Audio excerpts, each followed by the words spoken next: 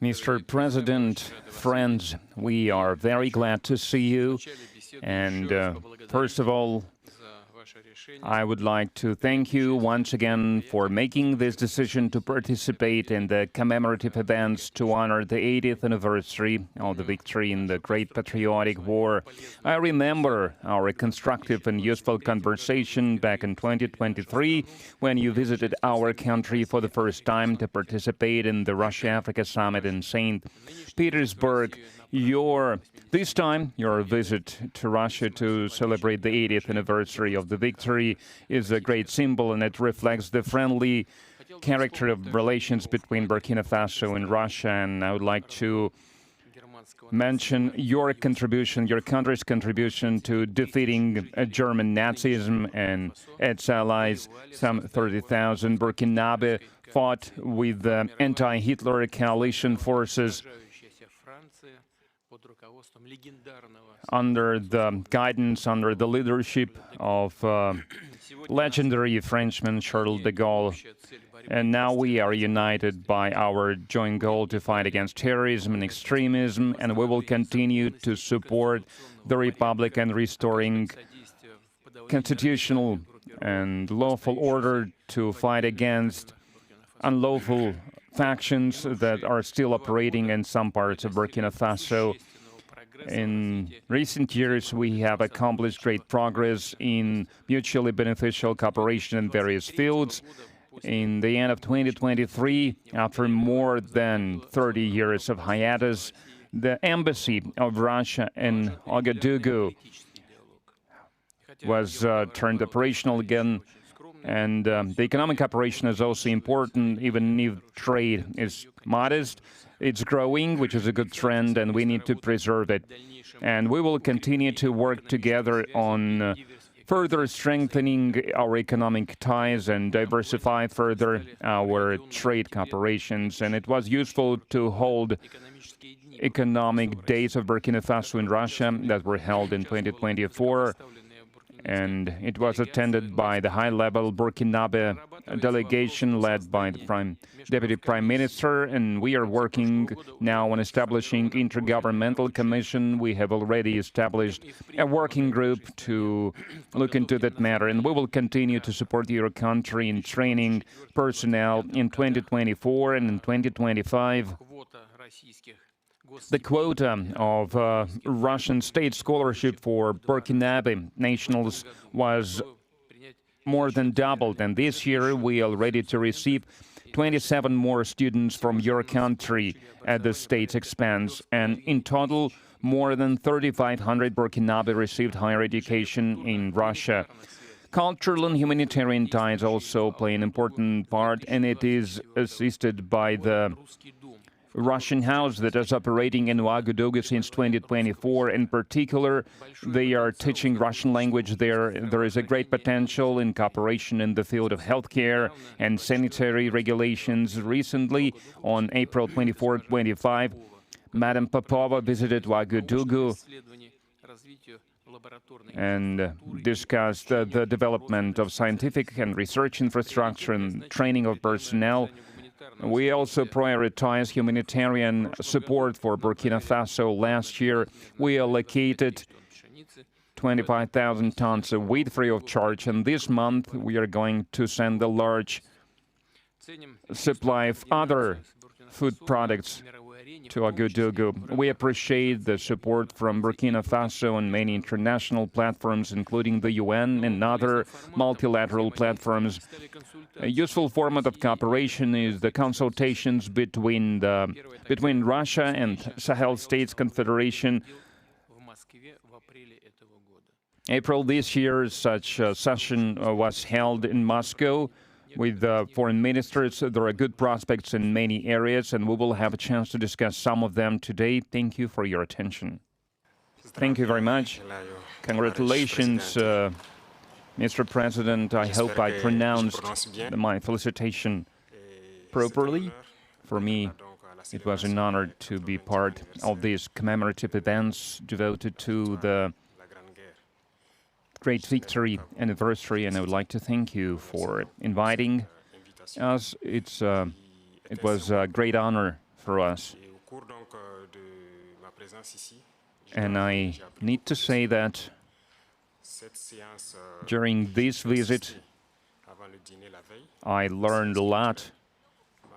I learned a lot about culture, about history, that laid the foundation of the resistance of the Russian people, of its struggle. I learned of sacrifices your people made, and due to these sacrifices, we are free now. And I would like to thank you once again for this invitation, and this meeting allows us to think about what's happening in the world today and to think about the prospects as well. The obstacles that we can see today must not stop us. These obstacles, in some way, they are even an advantage, because despite all the sanctions that were imposed on the Russian Federation by many states, Russia is still holding the leading position internationally, and we understand this, we understand how difficult it is.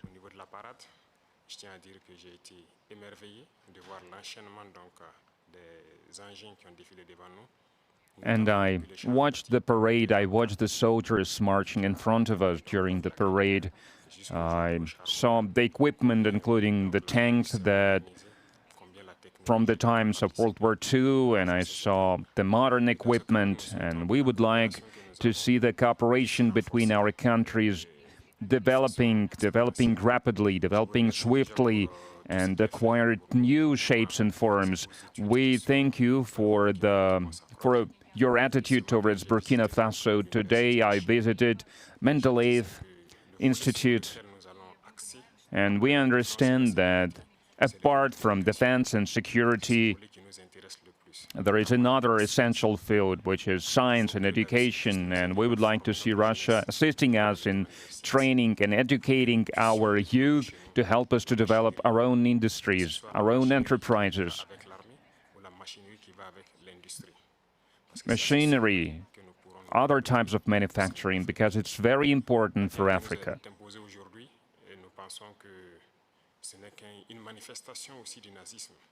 We believe that terrorism that we can see today is a legacy of imperialism, and that's something that we fight against. If we put an end to this war, if we have a strong army, then we can develop our motherland. This is why we continue to fight. That is why we have this struggle. That's why it's important to train personnel, to educate people. In Africa, Africa needs a lot when it comes to equipment, when it comes to technology and machinery, and there are a lot of expectations in this regard. And that's why we still need to do a lot, we need to work a lot, and we would like to request an assistant, and the most important thing you can help with is this exchanges, transfers of technology, exchange of experience. We need to understand how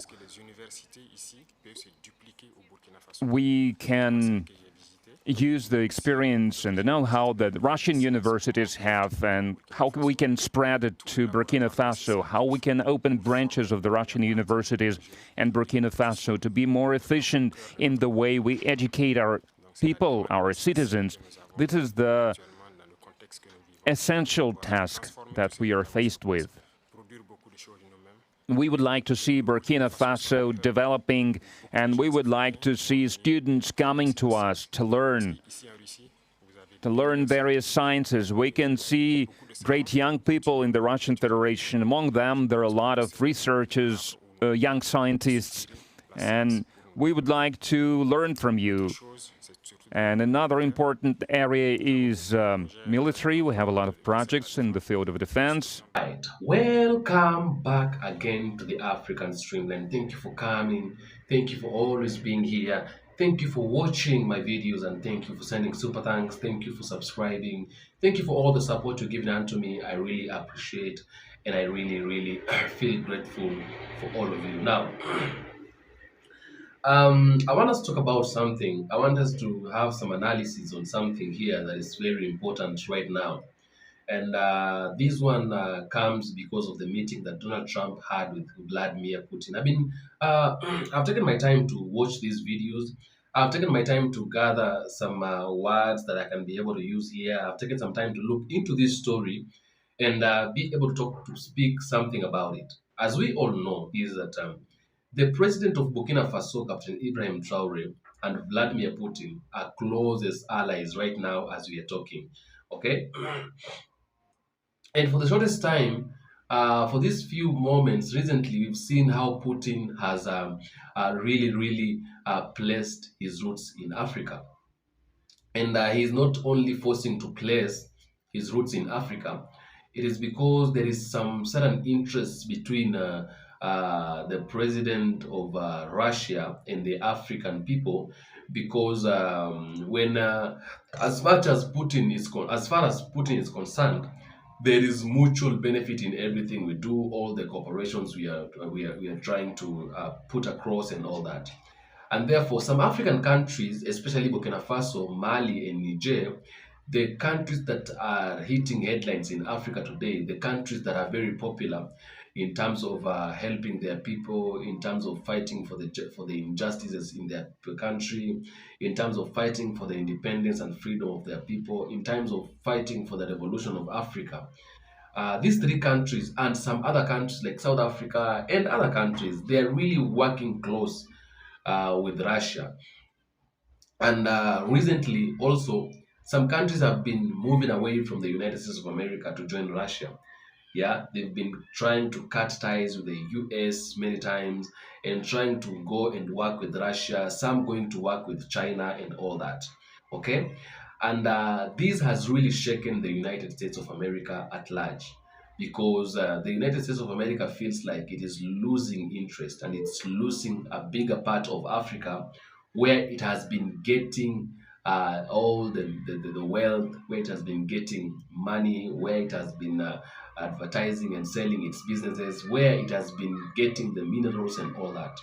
Now, America, as we're talking right now, America is getting weak and America is about to fall. And many people don't know America is about to fall. The narrative before the president of America got to power was make America great again. That is now the so-called MAGA narrative.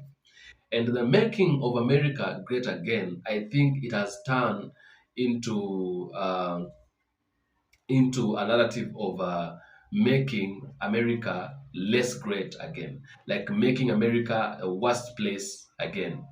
Yeah, because you can see many things that are happening in the United States of America right now. Even the people in the US themselves, they don't love Donald Trump.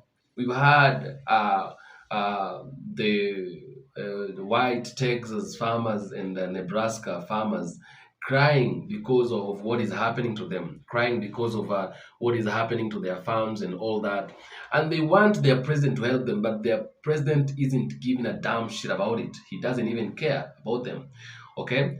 And so the things that have been happening in America recently, America has lost control. America is losing power. America is no longer a country where it can be able to keep commands anymore. It's not key. It's not like giving commands, not like it used to do. Like America would call the presidents of America and line them there and speak to them and tell them whatever the things they want to tell them and they have to follow, or sounding threats. America is more likely looking like a beggar right now, where it must beg for a certain African country to help them.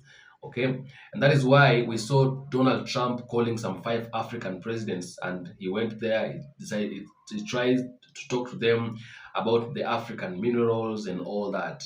Yeah. Now, America has really lost popularity. It has lost popularity in Africa. It has lost popularity in the world because the world is also watching. Okay, and Russia is not only joining, it's not only gaining popularity, but it's also gaining power, because you know when many countries are behind you or you're working with many countries, you become more powerful. Okay, and I think Russia is becoming more powerful compared to how America is, compared to how America is gaining and is becoming. Okay? So, President of the United States of America, for him to get to get to a point of asking President Donald or President Vladimir Putin to come and talk because they met in a secret place. They talked about some things that we don't know, and even the media was not told what they talked about. And when they came in this video, they just touched and tackled some just common things, and that meeting was over. Take a look at this video. Mr. President, ladies and gentlemen, our negotiations have been held in a constructive atmosphere of mutual respect. We have very thorough negotiations that were quite useful. I would like to thank once again my American counterpart for the proposal to travel out here to Alaska. It only makes sense that we've met here, because our countries, though separated by the oceans, are close neighbors. So when we've met, when I came out of the plane and I've said, "Good afternoon, dear neighbor. Very good to see you.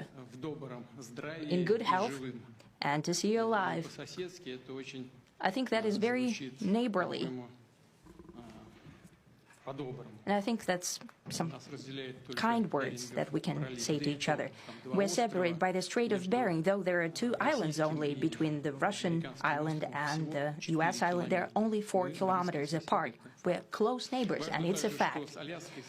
It's also important that Alaska has to do with our common heritage, common history between Russia and the U.S., and many positive events have to do with that territory. Still, there is tremendous cultural heritage back from the Russian America. For example, Orthodox churches and a lot of more than 700 geographical names of Russian origin. During the Second World War, it was here in Alaska that was the origin of the legendary air bridge for the supply of military aircraft and other equipment under the Lend-Lease program. It was a dangerous and treacherous route over the vast emptiness of ice. However, the pilots of both countries did everything to bring closer the victory. They risked their lives and they gave it all for the common victory.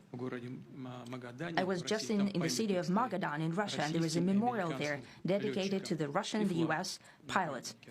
And there are 2 flags, the U.S. flag and the Russian flag. And I know that here as well there is such a memorial. There is a military burial place several kilometers away from here. The Soviet pilots are buried there who died during that dangerous mission. We're thankful to the citizens and the government of the U.S. for carefully taking care of their memory. I think that's very worthy and noble. We'll always remember other historical examples when our countries defeated common enemies together in the spirit of battle camaraderie and allyship that supported each other and facilitated each other. I'm sure that this heritage will help us rebuild and foster mutually beneficial and equal ties at this new stage, even during the hardest conditions. It is known that there have been no summits between Russia and the U.S. for 4 years, and that's a long time. This time was very hard for bilateral relations, and let's be frank, they've fallen to the lowest point since the Cold War. I think that's not benefiting our countries and the world as a whole. It is apparent that sooner or later, we had to amend the situation to move on from the confrontation to dialogue. And in this case, a personal meeting between the heads of state has been long overdue. Naturally, under the condition of serious and painstaking work, and this work has been done in general. Me and President Trump have very good direct contact. We've spoken multiple times. We spoke frankly on the phone. And Special Envoy of the President, Mr. Witkoff, traveled out to Russia several times. Our advisors and heads of foreign ministries kept in touch all the time. And you know fully well that one of the central issues was the situation around Ukraine. We see the strive of the administration and President Trump personally to help facilitate the resolution of the Ukrainian conflict, and his strive to get to the crux of the matter, to understand its history, is precious. As I've said, the situation in Ukraine has to do with fundamental threats to our security. Moreover, we've always considered the Ukrainian nation, and I've said it multiple times, a brotherly nation. However strange it may sound in these conditions, we have the same roots, and everything that's happening is a tragedy for us, a terrible wound. Therefore, the country is sincerely interested in putting an end to it. At the same time, we're convinced that in order to make the settlement lasting and long-term, we need to eliminate all the primary roots, the primary causes of that conflict, and we've said it multiple times, to consider all legitimate concerns of Russia and to reinstate a just balance of security in Europe and in the world on the whole. And I agree with President Trump, as he has said today, that naturally the security of Ukraine should be ensured as well. Naturally, we are prepared to work on that. I would like to hope that the agreement that we've reached together will help us bring closer that goal and will pave the path towards peace in Ukraine. We expect that Kiev and European capitals will perceive that constructively and that they won't throw a wrench in the works. They will not make any attempts to use some backroom dealings or to conduct provocations to torpedo the nascent progress. Incidentally, when the new administration came to power, bilateral trade started to grow. It's still very symbolic. Still, we have a growth of 20%. As I've said, we have a lot of dimensions for joint work. It is clear that the US and Russian investment and business cooperation has tremendous potential. Russia and the US can offer each other so much in trade, digital, high-tech, and in space exploration. We see that Arctic cooperation is also very possible. And our international context, for example, between the Far East of Russia and the West Coast of the US. Overall, it's very important for our countries to turn the page, to go back to cooperation. It is symbolic that not far away from here, the border between Russia and the West, there is a so-called international date line. I think you can step over, literally, from yesterday into tomorrow. And I hope that we'll succeed in that. In political sphere, I would like to thank President Trump for our joint work, for the well-wishing and trustworthy tone of our conversation. It's important that both sides are result-oriented, and we see that the President of the U.S. has a very clear idea of what he would like to achieve. He sincerely cares about the prosperity of his nation. Still, he understands that Russia has its own national interests. I expect that today's agreements will be the starting point, not only for the solution of the Ukrainian issue, but also will help us bring back business-like and pragmatic relations between Russia and the U.S. And in the end, I would like to add one more thing.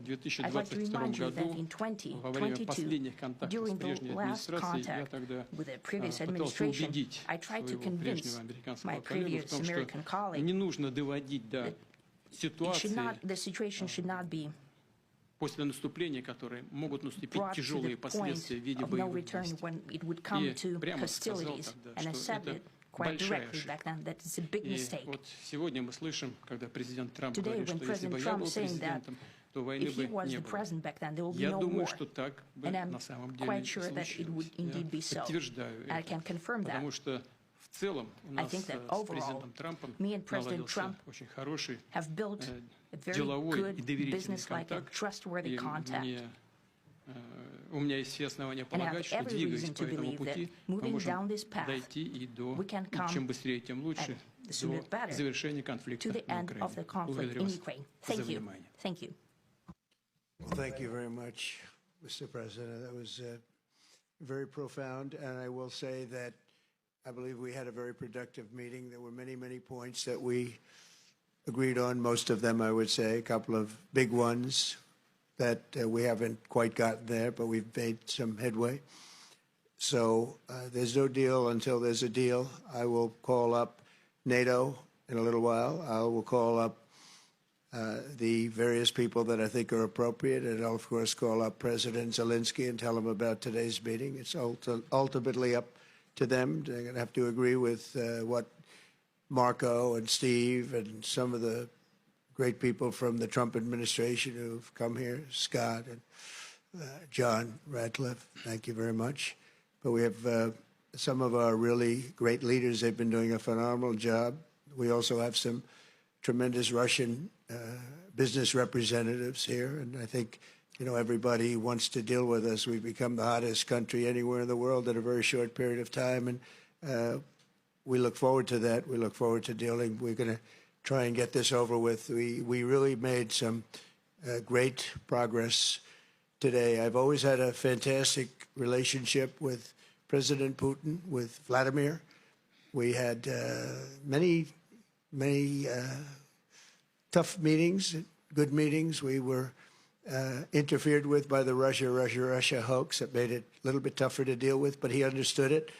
I think he's probably seen things like that during the course of his career. He's seen it all, but we had to put up with the Russia hoax. He knew it was a hoax, and I knew it was a hoax, but what was done was very criminal. But it made it harder for us to deal as a country in terms of the business and all of the things that we'd like to have dealt with. But we'll have a good chance when this is over.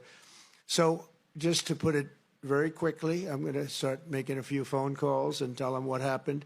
But we had an extremely productive meeting, and many points were agreed to.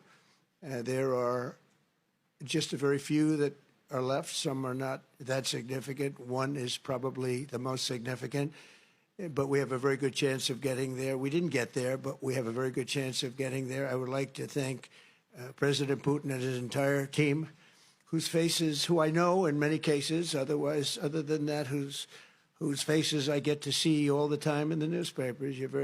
You're almost as famous as the boss, but especially this one right over here. But we had some good meetings over the years, right? Good, productive meetings over the years, and we hope to have that in the future. But let's do the most productive one right now. We're going to stop really 5, 6, 7,000, thousands of people a week from being killed, and President Putin wants to see that as much as I do. So, again, Mr. President, I'd like to thank you very much, and we'll speak to you very soon and probably see you again very soon. Thank you very much, Vladimir. Next time in Moscow.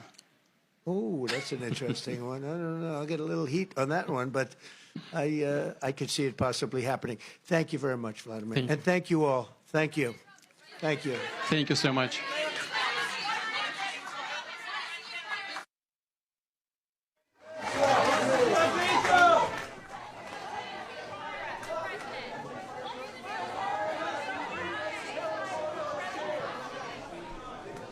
Now, I want us to look into some of the reasons as to why Vladimir Putin and the United States president had to meet, because it was an invitation from the United States president that Vladimir Putin would go to the United States of America. They met in Alaska. And I want us to look into some of the reasons as to why these people would have met, or as to why Donald Trump might want to meet Vladimir Putin. And number one, Vladimir Putin is taking over Africa. Like, he is gaining more popular, is becoming more popular in Africa. And the reasons why he is becoming popular to Africa, it's not because he is colonizing Africa, as though many people saying that Russia wants to colonize Africa. It's not like it is colonizing Africa. Russia has a tactic where I want to work with you, but when I am working with you, you will get 50%, I will get 50%.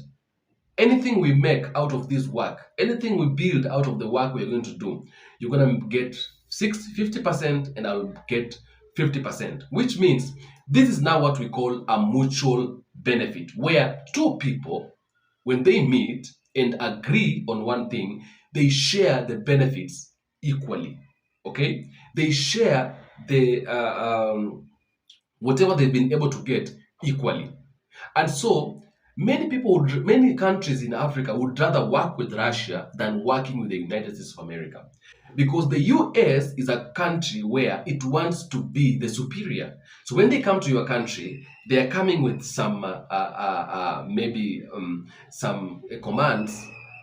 They don't come with requests, they come with commands, and they tell you, for you to be able to get here, you must be able to do this. Okay, so people who are doing and working with them from Africa aren't working willingly. Some of them are working willingly, of course, but some of them, they are working because, number one, they fear that if they do not work with America, they will be taken out. So they even come with threats, because I've heard people saying that they fear to be taken out, they fear to be assassinated. And that is what has been happening. We've seen many African great leaders being taken out by the US, like Muammar Gaddafi was taken out by the US. Barack Obama, when he was the president, Muammar Gaddafi was taken out during that time. And the narrative was that he was a terrorist. He wasn't a terrorist. He simply refused to work with the United States of America. Okay? Now, on the other hand, Russia comes to you, seeks with your consent. They ask you, can you work with us? Can we cooperate on such a thing? And that is why we have an organization like BRICS, where every country benefits from BRICS. There is no country that is operating under BRICS that does not benefit from that organization. It's an organization where everybody must feel at home. There is nobody who is superior than the other one. And you finding Russia in that organization, and it is accepting to benefit as others are benefiting equally, then it simply means Russia is a country that is willing to see the rest of the African countries growing, not that is willing to see the rest of the African countries dying. And therefore, because many countries in Africa are willing and are opting to work with Russia than the United States of America, now the US is losing popularity, and the US feels like, for me to be able to gain popularity, because right now I feel like I'm losing.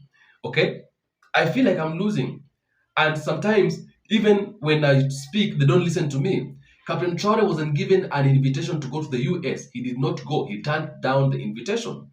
But Captain Traore was given an invitation to go to Russian government, to Russian country, and he went to Russia. He honored the invitation and he went to Russia. It's a clear indication that African countries that are waking up under their good leaders, they no longer want to be associated with the United States of America or with France. They no longer want to be associated with those countries, because those countries are no longer helping them. They are no longer giving anything in return. Okay? Instead, they just want to suck and leave you poor. And so Trump feels like, for me to be able to bring back a good relationship with the African countries, because they're running to China, to Russia, let me also call Russia to show them that I have good intentions, or rather, to show them that I am a master of peace.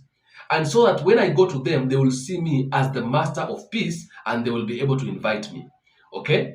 And so that could be the reason as to why Trump called Putin, because he wants to gain the popularity that he has been able to lose. He wants to bring back the faith, make people have his faith, those people who had lost faith with him. Okay? And he feels like, I can go through the back door through talking to Putin, and then when we become friends with Putin, of course, Putin will connect me back to Africa. That can be the reason number one, which is very difficult and which is not going to happen very soon, because they might have agreed in that room they entered and closed themselves in, and also they might have not agreed with each other. You never know, okay? Because the media was not told anything about it. The media was not allowed even to ask questions. They were asking questions, they did not answer any questions, and they got out of that room. Okay, so he might be using that way to become popular in Africa again. Okay, now Trump has been coming to African countries, and he has been coming with one narrative that he wants to make peace. Yeah, he wants to bring peace to Africa. He wants to bring peace to the people of Africa. And that is how even he entered Congo, in the name of bringing peace to the people of Congo. Okay? Now, the problems in Africa have been caused by this America. It has really caused a lot of problem. French government has also caused many problems in Africa. I'm just talking about Europe as a whole, except by Russia. Okay, and therefore, now you cannot be a peacemaker or a man or a master of peace when the peace that was existing someday, you are the one who dealt out with it. You are the one who tampered with that peace. You're the one who did away with that peace that was existing some time back. And then you come again and say, or become a peace master. You want now to bring peace to these people. You want to bring peace to these countries. Is it going to work really that way? Is it going to be the right way of working things out or the right way of doing things? I don't think so. And if you think so, tell me in the comment section, what do you think about it? Yeah. So Donald Trump, number one, he admires again the relationship between Burkina Faso and Russia. Burkina Faso and Russia, they are close right now. Russia is the only country that Burkina Faso opts, or Burkina Faso wish it would rather work with than any other countries. In Burkina Faso, the minerals in Burkina Faso don't go out of its country unless a country that wants those gold or those minerals or that wealth is a country that is willing, yeah, to follow the rules and regulations of Burkina Faso. You know, when somebody feels like it is hard for him to follow your rules and regulations, it means this person has no good plan with you and he has no good intentions with you. When France was in Burkina Faso, they were told to follow some rules and regulations, and they felt like, we are not kids. We are supposed to be superior than them. Who are they to give commands to us? And that is where the problem was, and that is where these two countries had to part ways. These two countries, every single country had to go its own way. Okay? Now, Russia is willing to follow and adhere to the rules of Burkina Faso. Burkina Faso is also willing to follow and adhere to the rules of Russia. And these two people can work very well because we are on a business where I have a cup, you have a plate, you have food. I have a cup, you have a plate. I have food, you have tea. You cannot drink tea from the plate. You have to drink tea from the cup. The cup, I am the person who has the cup. Therefore, you need to give me some food. And I give you a plate, a cup to put a tea and drink. Are you getting that? And also, I also need, you also need to give me a plate so that I can be able to get food, okay? Like I should give you, I have cups, you have plates. I have food, you have tea. I need tea to put in my cup. You need tea to put in your plate, okay? So without me, you will have plates without food. And me without you, I will have cups without tea. So what I need to do is you to give me some tea to put in my cup and me to give you some food to put in your plate, okay? And then you give me your plate again, I put some food inside to eat, and I give you my cup again, you put in some tea to drink. So we need to help each other that way. You have what I don't have, I have what you do not have. Therefore, I'll give you what you don't have and I have. You give me what I do not have and you have. That is the mutual benefit that Russia is willing to have with Burkina Faso. America is not willing and is not ready for that kind of a deal. So what do? The only reason and the only thing they lose is to lose an African country like Burkina Faso. By losing that country, it becomes poor because it depends on Burkina Faso for its own survival. France depends on Burkina Faso for its own survival. If it gets to a point where it's losing Burkina Faso, it has lost the survival tactics because there will be no longer stealing, theft, there will be no longer exploitation. Okay? And so what they do, they have to go through the back door to meet Vladimir, who is a friend to African countries like Burkina Faso, so that through Vladimir, they can be able to get something from Burkina Faso, okay? But what have people been saying?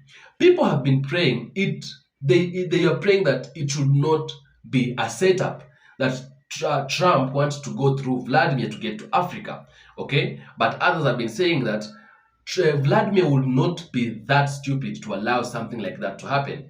People went even to an extent of saying that wasn't Vladimir who was there. It was a double of him. And I don't know if it was a double of him or it was him, but me, I'm just analyzing in accordance to what I think, would be happening in this meeting. And this meeting should be taken very seriously because Trump and Vladimir have not met at any given point. And when they meet, sometimes, like they've met before, yes, but it is very difficult for them to be able to meet. Okay, it is very difficult. Even people wonder, why are they meeting? There are people who are not even close, they don't even agree on a thing, and why are they meeting at the end of the day? Okay, so I wish Vladimir Putin is going to be very, very super. He is going to be very clever not to allow anything to happen to his friends from Africa. And for the sake of Capt.Ibrahim Traore, Traore will be the president of Africa someday, and he will survive.